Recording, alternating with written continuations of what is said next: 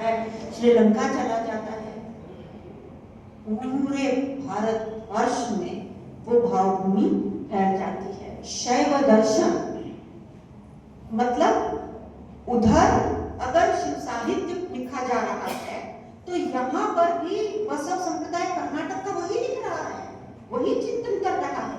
और कमाल की बात ये है कि वहां से वो चिंतन झलते झलते यहाँ तक आया है, ऐसी बात नहीं है। समय लगभग एक है और यातायात के साधनों के अभाव में ये चिंतन एक दूसरे तक पहुंचना लगभग असंभव था।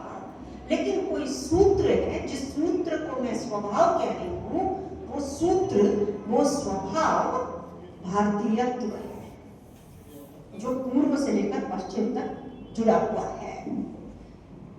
राम और कृष्ण ऐसे ही दो संदर्भ हैं जिनकी चर्चा अनिवार्य रूप से करनी पड़ेगी। वाल्मीकि रामायण में वाल्मीकि राम का चित्रण करते हैं और फिर वो चलते चलते यहाँ के रामदास तक वो चर्चा चली आती है। लोक साहित्य में वो आता है। लोक साहित्य, मौखिक साहित्य, जो विशेष रूप से हम स्त्रियों की देन है कहा जाता है, उस लोक साहित्य में सवाल उपस्थित किए जाते हैं। वो सवाल जिनको सम्रांत साहित्य टालता है, जिनको अभिजात साहित्य टालता है। कृष्ण संस्कृत में रची गई भगवत गीता और फिर कृष्ण को लेकर जितना साहित्य लिखा गया है और इतने अलग अलग रूपों में आया है, और उनसे भी जैसे वैष्णव संप्रदाय, जिसका एक रूप वारकरी संप्रदाय भी है, नाथ संप्रदाय है, सिद्ध संप्रदाय है, महानुभाव संप्रदाय है, वारकरी संप्रदाय है। ये अलग अलग संप्रदाय अपने अपने इष्ट के साथ इतना ज्यादा, इन सबके उदाहरण और इन सबकी भाषिक विशेषताओं की चर्चा की जा सकती है, लेकिन समय के अभाव में मैं उसको टाल रही हूँ। लेकिन नाथ संप्रदाय की बात करते हैं, बंगाल में नाथ संप्रदाय है, महाराष्ट्र में नाथ संप्रदाय है, मध्य भारत में नाथ संप्रदाय है, उड़ीसा में शंकरदेव नाथ संप्रदाय अंतर्गत लिखते हैं, असम में नाथ संप्रदाय है, और महाराष्ट्र में तो फिर ये जो ज्ञानेश्वर की जो परंपरा है वो अल्टीमेटली नाथों की ही परंपरा हम उसको कह सकते हैं। और आदिनाथ के रूप में जो नाथों को, शिव को पूजा जाता है, वो जो शिव चिंतन है, शिव चिंतन से निकला हुआ जो शाक्त चिंतन है, ये सारा का सारा पूरी तरह से भारतीय साहित्य है। और इसके बाद का समय जो चारण काल का समय है, वीर गाथा काल का समय है, इधर महाराष्ट्र में वीर साहित्य के लिए पोवाड़े रचे जा रहे थे, उधर ढोला मारो का त्योहार रचा जा रहा था, कहीं कुछ, लेकिन संपूर्ण देश में वीर साहित्य का उद्रेक हो गया। फिर से भारत तत्व, भारतीयत्व, और ये सारे भारतीयत्व को समेटने वाला जो साहित्य है वो भारतीय साहित्य है। और बहुत सारी चीजें समय अभाव में मैं छोड़ रही हूँ, लेकिन आधुनिक समय की बात किए बिना मुझे लगता है बात पूरी तरह से पूरी नहीं हो सकती।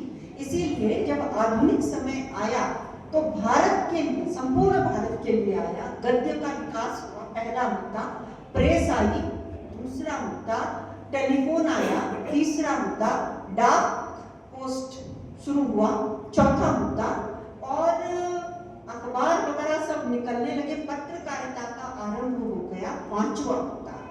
इसीलिए उदंत मार्तंड से लेकर केसरी मराठा तक और आज से लेकर बंगाल गैजेट तक एक साथ फिर से बिना वेल प्लान्ड कुछ किए एक साथ इन सारी चीजों का उद्रेक शुरू हो गया।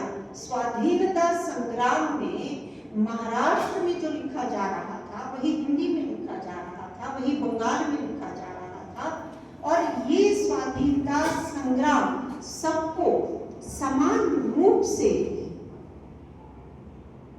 मोहित कर रहा था, उचित शब्द नहीं था, लेकिन लेखन के लिए बाध्य कर रहा था। हम हम कह सकते हैं पुनर्जागरण, स्वाधीनता के लिए जो ललकार है, उस ललकार को शब्दबद्ध करने की ललक, वो पुनर्जागरण भी पूर्व पश्चिम उत्तर दक्षिण हर जगह पे एक साथ शुरू हुआ। और इसके बाद एक उपनिवेश होने की जो व्यथा है वो सारे साहित्य में एक साथ शुरू हुई। और कमाल की बात यह है कि आजादी के बाद मोह भंग भी हमारे यहाँ एक साथ ही हुआ कि यहाँ उदगिर में बैठे हुए व्यक्ति को भी वही महसूस होने लगा जो उधर मेरठ में बैठे हुए व्यक्ति को महसूस होने लगा कि आजादी ने आखिर आम आदमी को दिया क्या। और ये एक साथ उसका जो उत्कर्ष है, उस लेखन का जो उत्कर्ष है, ये आधुनिक समय में आप अगर, मैंने शुरुआत प्रवासी साहित्य से की थी, दूर दराज किसी पश्चिम में बैठकर, गिरमिटिया देशों का तो हम एक बार कंसिडर कर सकते हैं क्योंकि वो लोग अपने साथ जाते समय गीता लेके गए थे, हनुमान चालीसा लेके गए थे, जिसकी वजह से उनके मन में कहीं न कहीं भारत बोध जीवित था।